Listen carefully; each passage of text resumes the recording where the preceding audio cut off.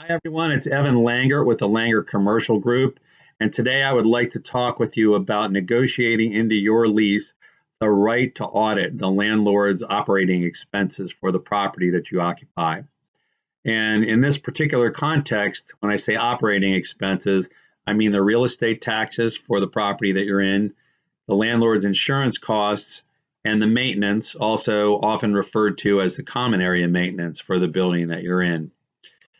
If you have a triple net lease, you're paying your proportionate share of all these costs.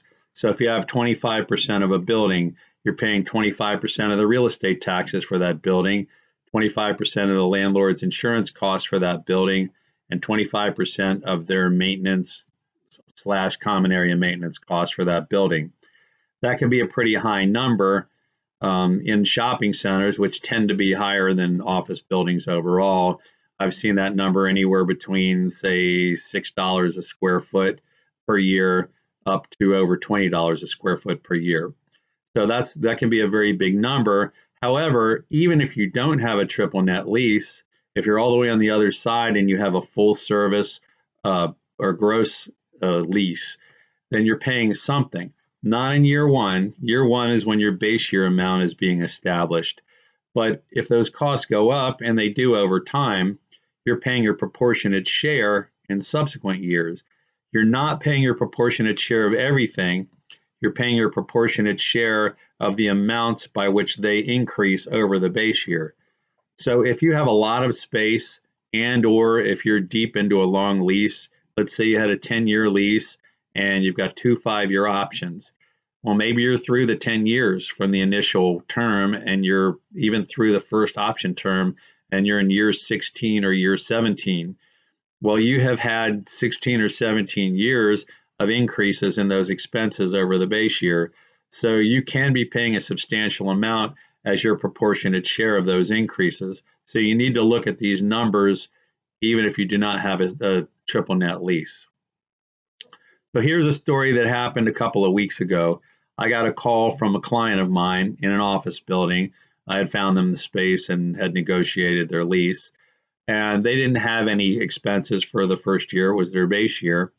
At the end of the second year, they got a bill that made the eyes pop wide open, and the bill was for a few $1,000s, which is a lot of money for a small tenant. And he looked at them, and they were supposed to have represented increases over the base year amount. Well, when I calculated the numbers, these expenses represented a 21% increase over the base year amount. That's high.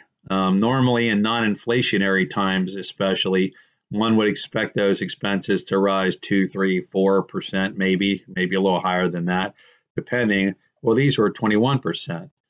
So we had fortunately negotiated into the lease the right for the tenant to audit the operating expenses of the landlord. I don't start off with a letter to the landlord threatening anything and saying we hereby exercise our right to audit your lease expenses. First thing I do is I try to be friendly, and I have the client call and say, hey, these numbers are really high. What happened here? And see if he can get an explanation as to what the costs were.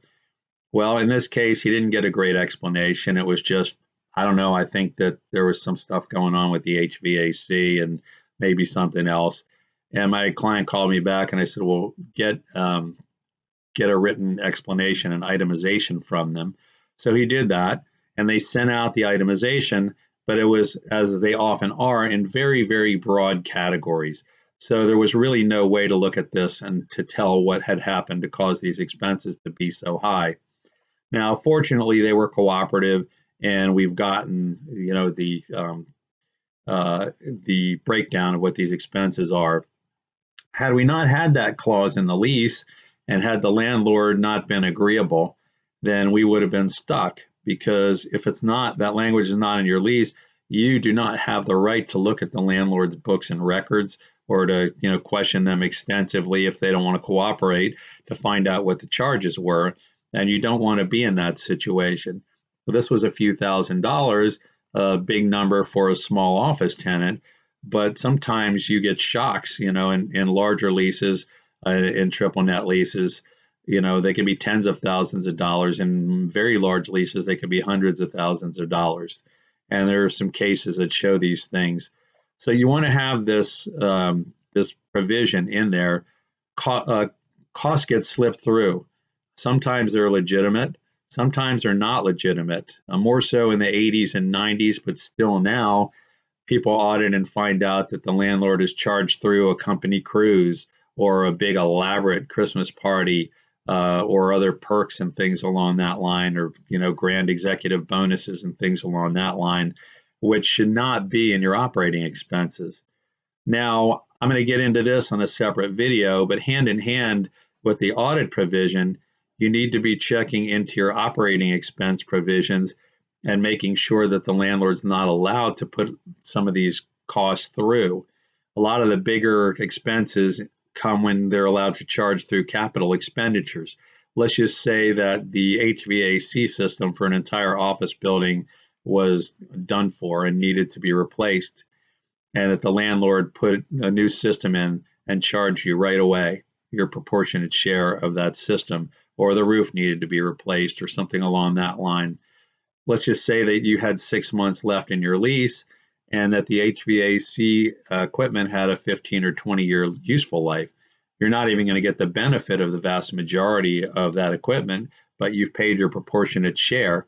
So you need to make sure and negotiate, are capital expenditures allowed to be put through? If they are allowed to be put through, you want them typically to be put through over their useful life. So if something's got a 20-year useful life, you don't want to pay for it all in year one. You want to pay 1/20th of it in year one.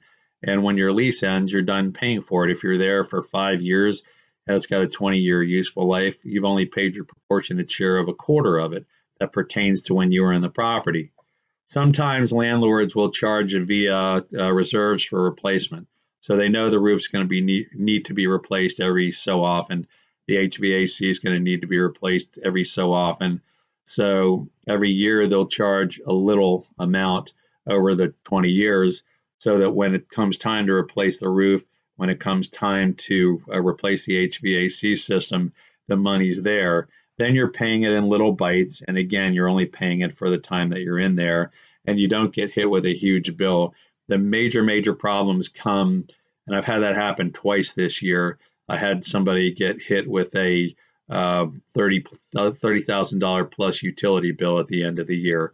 Sometimes landlords forget to bill when these things happen, and then they do their reconciliations at the end of the year, and they discover that they didn't bill you for a rather big number. Unfortunately, leases typically say, look, if we forgot to bill you for something, it doesn't matter, you still owe it. So tenants can find themselves in really tough situations. Anyway, as always in my videos, I make no intention, nor do I give any specific advice to anybody for their particular situation. Every case is different. Every situation is different. This is just meant to bring up general topics, let you know that they're out there, some of the moving pieces. And then if you want to talk about your own situation specifically, please call me. I'm at 443-529-0505.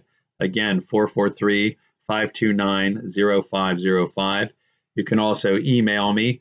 I'm at elangert@thelangertgroup.com. Again, that's elangert@thelangertgroup.com. Langert is E-L-A-N as in Nathan, G-E-R-T as in Thomas. Thank you. Have a great day, and God bless you.